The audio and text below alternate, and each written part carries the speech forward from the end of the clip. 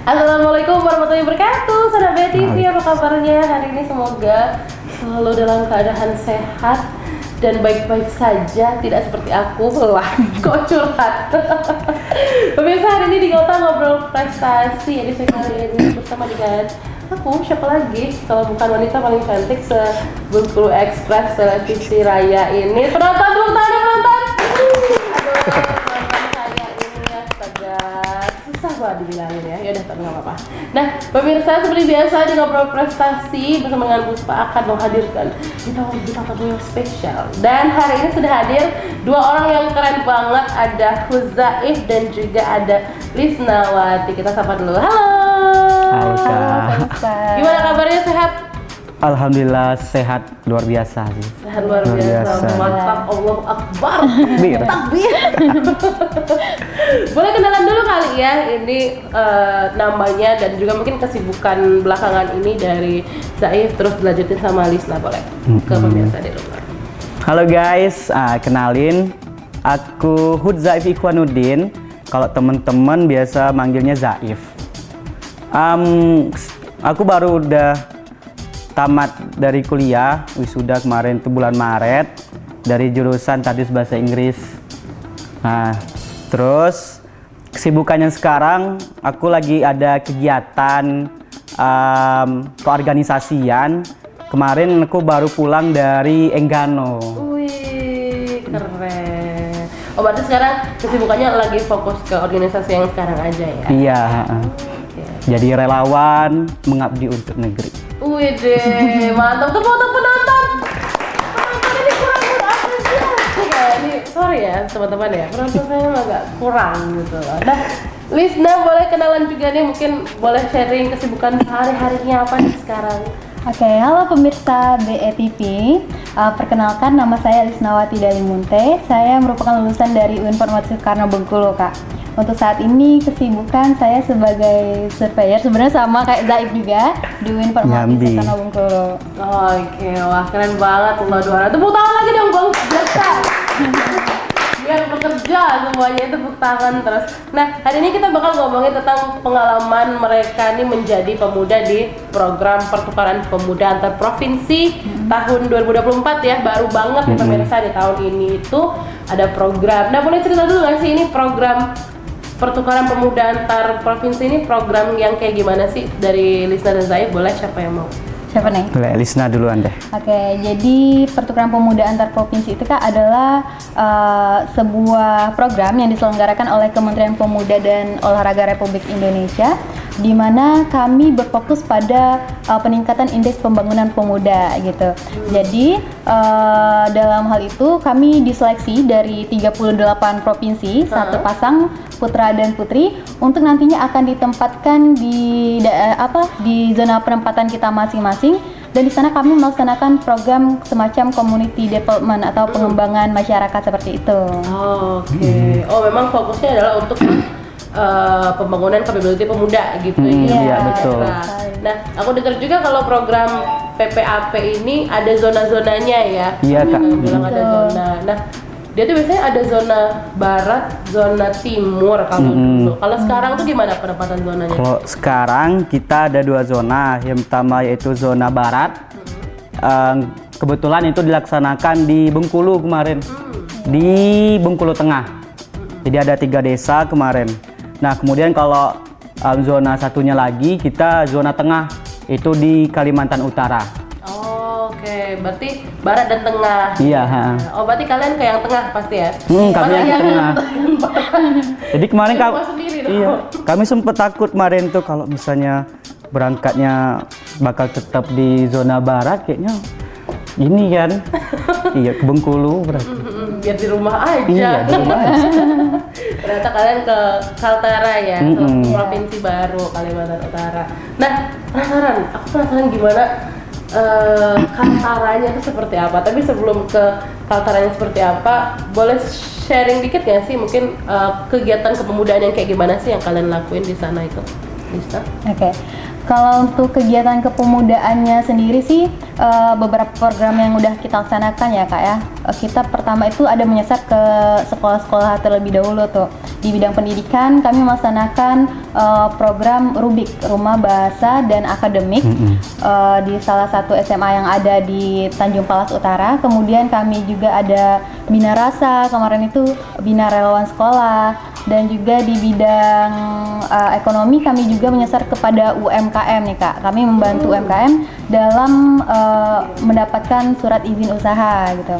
Dan kami juga membantu UMKM itu dalam Desain kemarin. ya desain grafis gitu supaya produk-produk UMKM itu lebih menarik gitu tentunya. Dan masih banyak program-program lainnya juga sih Kak. Kami bekerja sama juga sama Karang Taruna melaksanakan program-program di masyarakat kayak membentuk toga tanaman obat keluarga di di daerah-daerah situ. Ekspedisi wisata juga Ya, dan kemarin. yang paling menarik dan yang paling seru tentunya itu salah satunya kita mencoba mengeksplor wisata-wisata yang ada di sana. Gitu. Jadi main-main ke gua, ke air terjun juga sempat gitu, dan masih banyak wisata yang lainnya. Wih, keren. Iya. Tapi agak banyak ke ini ya, singkatan ya, Rubik, toga. Iya. Bina Rasa. Paling suka yang toga sih, tanaman obat keluarga. Karena mau berkeluarga, aspro aku. Oh, berarti banyak ya kegiatannya ya, dan itu Iya, semua banyak sekali. udah teman-teman semua kayak diskusiin, akhirnya adalah program-program itu tadi. Nah, tapi kan itu ada kayak mau fokus ke bidang pendidikan dan lain-lain. Tapi sebenarnya kalau misalkan PPAP ini fokusnya tuh nggak ke sektor-sektor tertentu ya, jadi bebas gitu ya. Maksudnya kayak nggak cuma pendidikan aja gitu, atau gimana? Kalau di PPAP itu kita fokusnya kepada IPP, Indeks Pembangunan Pemuda. Nah, jadi di IPP ini yang menjadikan target sasaran kegiatan kita. Jadi kan pendidikan yang kita laksanakan itu menyasar kepada anak-anak muda. Nah, jadi program-program yang dirancang itu emang kita tujukan kepada pemuda yang ada di khususnya di tempat desa penempatan kami, Mbak. Oke, dan waktu mereka ini di Provinsi Kalimantan Utara ya, di Tanjung Selornya atau di mana kalau kemarin? Kita di Kabupaten Bulungan. Oh, di kabupatennya, bukan di kotanya ya? Oh, nah ini menarik, aku kepo banget bagaimana sih Kaltara dari point of view-nya Lisna dan juga Zaif. Tapi nanti ya pemirsa ya, kita rehat dulu sejenak, dan pemirsa kalau mau kepo tahan dulu, kita mau rehat dulu, setelahnya jangan kemana-mana, tetap bersama kami di Kota Ngobrol Prestasi.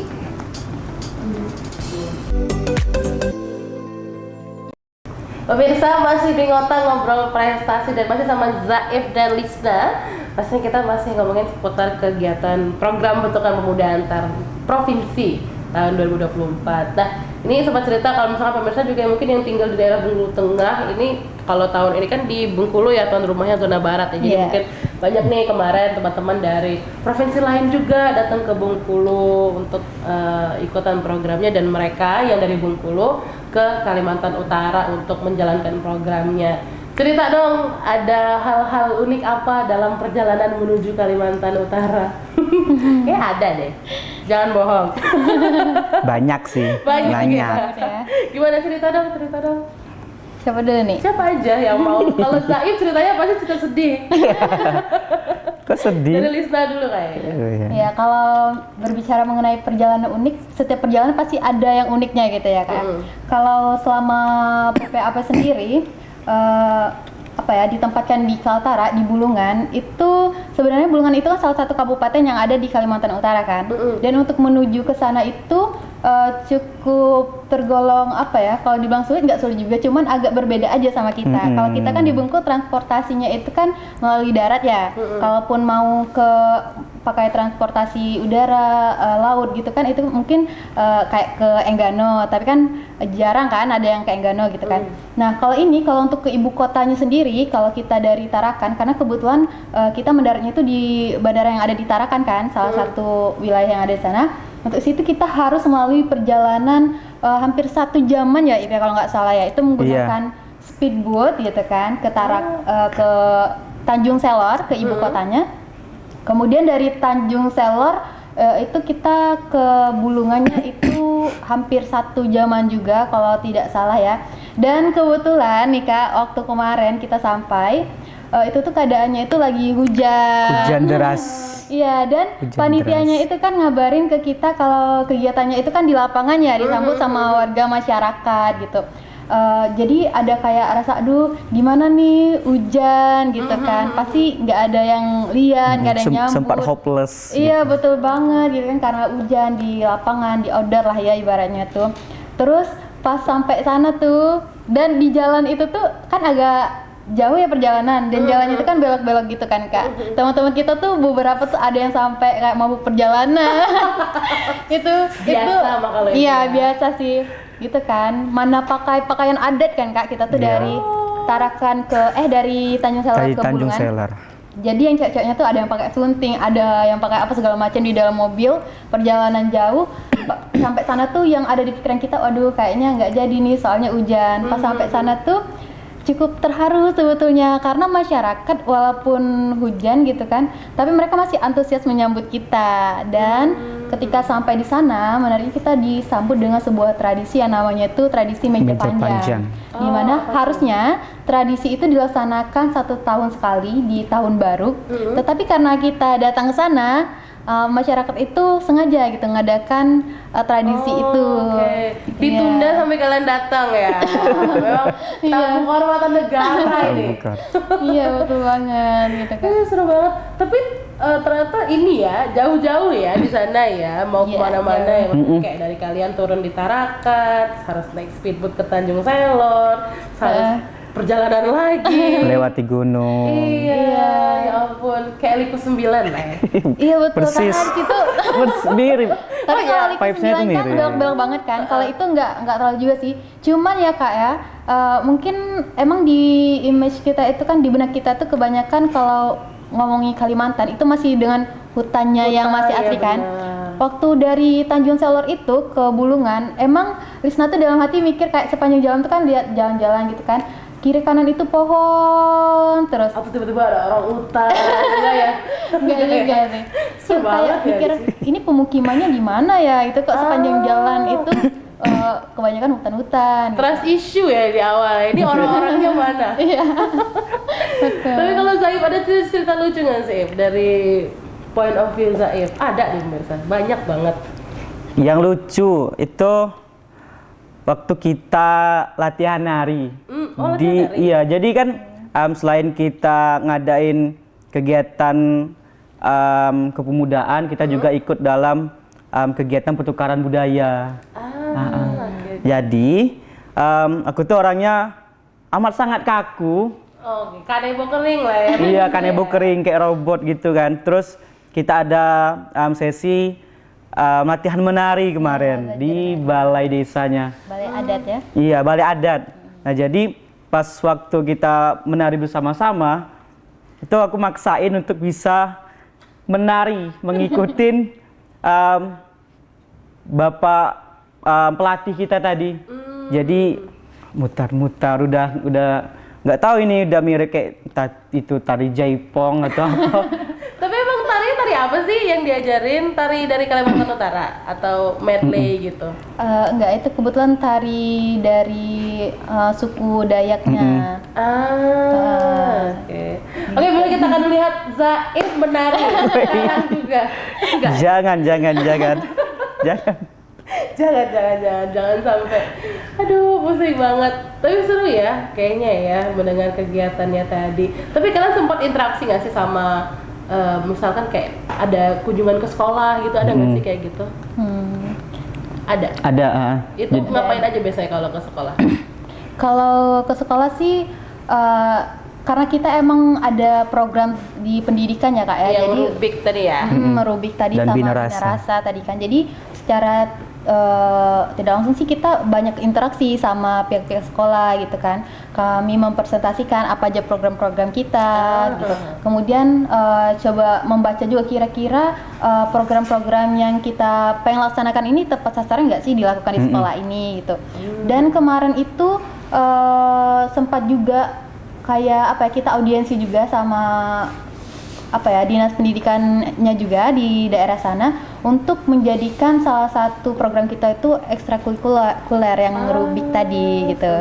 Dan kemarin salah satu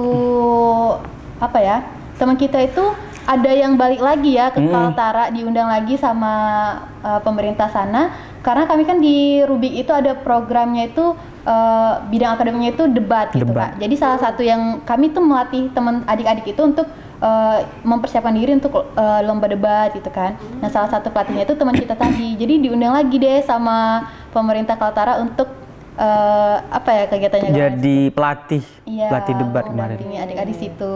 Dia mabuk perjalanan nggak? Itu pertanyaan. Mabukan deh kayaknya. Mabukan ya. Takutnya kan tiba-tiba lagi berjalan ada ritual pemanggilan uak di sana. Nggak enak juga ya. Aduh ya ampun.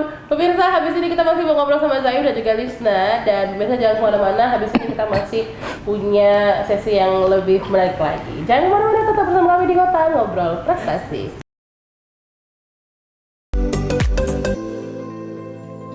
Pemirsa, masih di Kota Ngobrol Prestasi dan masih sama Zaim dan Lisna, masih ngomongin soal program yang diikuti sama mereka kemarin di Kalimantan Utara, itu pertukaran pemuda antar provinsi tahun 2024. Nah, tadi sempat cerita kalau misalkan PPAP ini ada seleksinya, dan seleksinya juga lumayan rumit karena nasional ya seleksinya saat itu ya. Jadi memang yang memilih langsung ini adalah Kemenpora. Dan sampailah akhirnya kalian nih yang jadi delegasi untuk Bengkulu, khususnya untuk di zona tengah. Tapi apa sih sebenarnya yang memotivasi kalian tuh buat ikutan PPAP? Kan sebanyak program lain ya gitu. Dari apalagi Kemenpora khususnya. Kenapa memilih PPAP?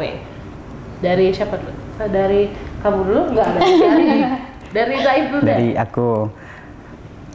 Kalau aku kemarin ingin ikutan PPAP itu karena emang niatnya kemarin itu untuk belajar, Mbak. Jadi kan aku melihat kalau PPAP itu emang kegiatan yang bakal dilaksanakan itu bentuknya banyak kegiatan pengabdian. Nah, dari sanalah aku juga orangnya kan suka ikut-ikut kegiatan pengabdian yang seperti relawan gitu. Relawan banget. Relawan banget. Nah, jadi niatnya kemarin emang kalau lolos ke sana aku ingin banyak belajar dari teman-teman seluruh provinsi tadi. Jadi kan berharap nanti kalau udah ikutan kita bisa saling bertukar ide, kita bisa saling bertukar pengalaman, dan kemudian kan di akhirnya kita harapannya bisa punya relasi nih untuk ke kegiatan-kegiatan di luar Provinsi Bengkulu. Oke, berarti karena memang kamu punya banyak kegiatan pengabdian sebelumnya dan pengen mengembangkan itu ya. Kalau Lisna gimana, Lisna? Kalau Lisna sendiri sih kenapa pengen ikut PPAP itu sendiri ya Kak ya? Karena sebetulnya sama, basically Lisna tuh juga beberapa kali ikut program pengabdian masyarakat gitu kan. Karena Lisna tergabung di salah satu komunitas Seribu Guru Bengkulu, dan kemarin waktu tugas akhir sempat ngambil pengabdian masyarakat juga kan. Nah di sisi lain Lisna juga memiliki ketertarikan terhadap budaya yang ada di Provinsi Bengkulu. Jadi kalau kita lihat ya di luar sana masih banyak yang belum tahu Bengkulu kan. Jadi Lisna sebagai pemuda nih, anak muda Provinsi Bengkulu merasa terpanggil untuk ikut serta berkontribusi dalam memperkenalkan budaya yang ada di Provinsi Bengkulu sama teman-teman yang ada di sana, dan tentunya untuk belajar juga budaya yang ada di sana, budaya teman-teman yang lainnya juga, dan untuk men-challenge diri sendiri sih Kak. Pengen keluar juga dari zona nyaman kan yang itu-itu aja gitu. Jadi pengen coba hal-hal baru gitu. Oke. Nah, tapi kan biasanya kalau apalagi kita di Indonesia ya, tiap daerah itu kan punya culture masing-masing. Kita nggak ngomongin tentang keseniannya deh ya. Kadang kan kalau kesenian pasti berbau tarian, musik dan lain-lain. Tapi kalau untuk secara culture yang sesimpel kayak komunikasi dengan orang yang lebih tua dan lain-lain, itu apa sih perbedaannya yang bisa kalian lihat? Kalau dibanding dari Bengkulu deh sama Kaltara, apa sih yang kelihatan banget, beda banget gitu culture mereka? Siapa nih? Boleh Lisna. Kalau budaya yang berbeda ya, di luar dari tradisi-tradisi segala macam ya Kak ya.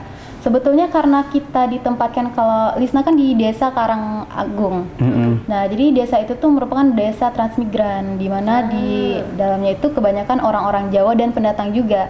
Jadi secara tidak langsung sih Lisna melihat bahwa budaya kita itu sama budaya Lisna, apalagi Lisna kan tinggalnya di Pulau Bay tuh. Kami juga kan banyak pendatang juga kan Kak. Jadi tidak ada budaya yang terlalu kontras kayak kelihatan jauh gitu. Tapi mungkin kalau di desa sebelah itu di desa Pimping yang mayoritas itu kebanyakan orang Dayak, mungkin teman-teman di sana itu banyak yang merasakan ya budayanya tuh berbeda gitu kan. Apalagi kalau kita di sini mayoritasnya Muslim, makanannya tuh masih terjamin kehalalannya gitu kan. Kalau di sana itu kan masih banyak makanan-makanan yang ekstrim yang mungkin kehalalannya itu tidak terjamin. Contohnya Ular. Langsung contoh iya? ini. Iya. Ular beneran. Jadi kita ngomong aja sih. Ya banyak ya, iya ya kayak ular, ada juga yang makan B2. Iya, betul. Sebut saja B2. kayak gitu kan. Kalau di sini kan kita masih jarang kan nemukan itu, agak ini sedikit sih. Sama beberapa budaya-budayanya tuh ya yang kayak ada beberapa pantangan-pantangan juga kan yang harus dijaga juga di sana.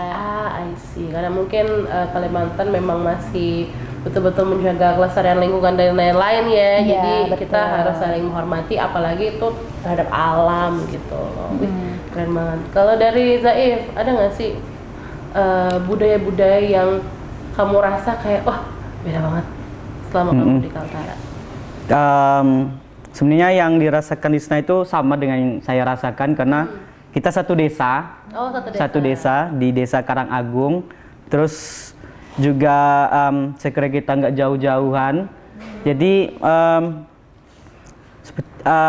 kalau kemarin pengalamannya di sana di Desa Karangagung itu persis ngerasain kayak kemarin KKN di Desa Harapan di Pondok Kelapa. Jadi persis yang saya rasakan itu vibes-nya seperti itu, Mbak. Oke. Jawa-Jawa. Bener-bener kayak KKN banget gitu ya. Dan mungkin karena yang dibilang sama Lisna banyak transmigran juga dari Jawa khususnya. Jadi kayak mereka juga ngebawa budaya Jawa ke sana Iya. gitu ya. Wih, keren banget loh. Ada rencana pengen ikut program yang lain nanti habis ini? Pengen sih. Pengen apa lagi? Ada nggak kira-kira dalam waktu dekat? Pengen ikut relawan ke Kanada mungkin. Mau, aku juga Boleh kalau ada. aku mau banget. Boleh kita saingan abis ini. Tapi apa sih kan tiap program itu kan selalu ada hal-hal value baru yang kalian dapat ya, apalagi program-program pertukaran yang memang melibatkan orang dari luar provinsi pasti meninggalkan value yang memorable banget. Tapi apa sih yang paling kalian bisa tanamkan selama program PPAP ini untuk kalian bisa terapkan di kehidupan kalian sehari-hari setelah programnya selesai? Dari Zaif dulu deh. Kalau aku setelah kembali dari kegiatan PPAP kemarin itu selalu niatkan pas balik lagi ke Bengkulu itu untuk belajar lagi. Jadi kan apa yang udah kita pengetahuan dan pengalaman yang kita miliki tadi dari PPAP kemudian kita coba terapkan nih dengan komunitas ataupun organisasi yang kita miliki di Bengkulu. Nah jadi berharap dari pengetahuan yang udah ada tadi kita coba implementasikan dan kembangkan lewat organisasi kita. Oke, yang kamu kerjain di sini ya. Kalau Lisna? Kalau setelah pulang dari Kaltara ya kayak hal yang membuat Lisna merasa ada perubahan itu salah satunya itu dari dalam diri Lisna sendiri gitu. Karena setelah ngikut program pertukaran pemuda itu Lisna jadi nambah belajar kalau Indonesia itu emang benar-benar kaya gitu. Dari Sabang sampai Merauke kita disatukan dan kita Indonesia gitu kan. Dan di sana karena Lisna kan emang belum banyak gitu kan ngikut kegiatan yang skala nasional, paling cuma beberapa gitu kan. Dan di situ di PPAP itu Lisna melihat sendiri gitu kalau kami itu beraneka ragam dari Sabang sampai Merauke itu emang benar-benar dalam satu kegiatan dan itu bisa meningkatkan sikap nasionalisme Lisna juga gitu kan. Dan setelah pulang itu kita juga emang harus dituntut untuk melaksanakan post program activity gitu kan, di mana kami itu membuat semacam program community development juga di daerah asal kami. Dan kedepannya kita rencananya mau bareng-bareng juga ya If ya, itu untuk programnya melaksanakan program Bina Rasa tadi yang sebelumnya di Kaltara, kemudian kami terapkan di Bengkulu rencananya. Oke. Nah, dan program PPP ini kan terus berlanjut ya setiap tahunnya, dan mungkin ada banyak pemirsa juga yang mungkin juga pengen ikut nih untuk tahun selanjutnya. Ada tips-tips nggak ataupun persiapan apa yang harus disiapin dan apa aja yang mau kalian sampaikan untuk mempersiapkan di PPAP 2025 nih? Silakan dari Zaif dan Lisna. Poin besar kalau di PPAP itu community development.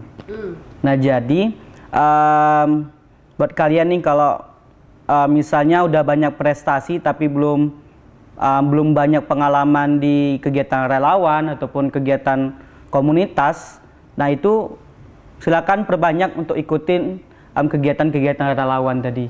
Nah, seperti itu. Oke. Lisna boleh lanjutin. Oke, kalau dari Lisna sendiri tipsnya untuk teman-teman di rumah, sekali lagi untuk tidak ragu ya Kak ya untuk mengikuti ini, mungkin ada beberapa yang dipersiapkan. Yang pertama itu adalah niat tentunya. Karena kalau dalam Islam itu kan innamal a'malu binniyat kan. Jadi segala sesuatunya itu tergantung sama niat. Jadi teman-teman silahkan mempersiapkan niat untuk mendaftar ke PPAP.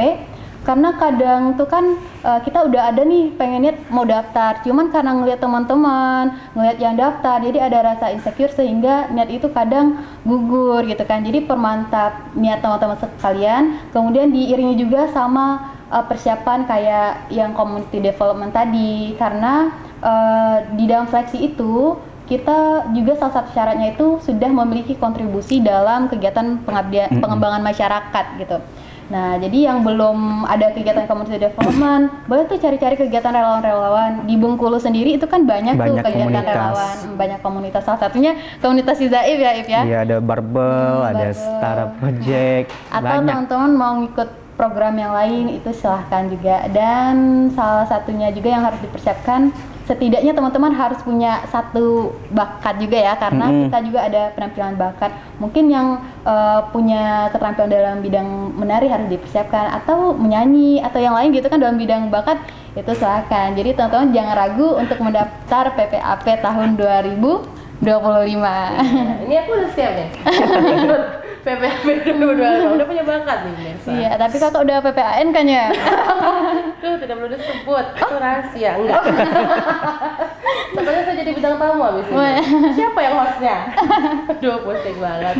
Oke, jadi itu ya pemirsa ya, kalau mau persiapan mau ikut PPAP, berarti betul-betul harus disiapin niatnya. Terus juga harus pernah at least sekali untuk ikut kegiatan pengembangan pemuda atau pengembangan masyarakat. Dan habis itu juga, habis programnya juga dibebankan sekali lagi untuk mengerjakan post program activity yang memang berdampak ke masyarakat juga gitu. Wah, keren banget hari ini ngobrolnya sama Zaif dan Lisa. Tepuk tangan lagi penonton aku sudah mulai ngantuk dan menghilang kayak penonton. Astaga, biasanya harus dikasih amunisi nih pemirsa ya. Thank you Zaif dan Lisa, semoga nanti kita bisa ketemu lagi mungkin untuk post program activity-nya. Boleh kabarin aja, boleh saya join kalian boleh. ya. Boleh.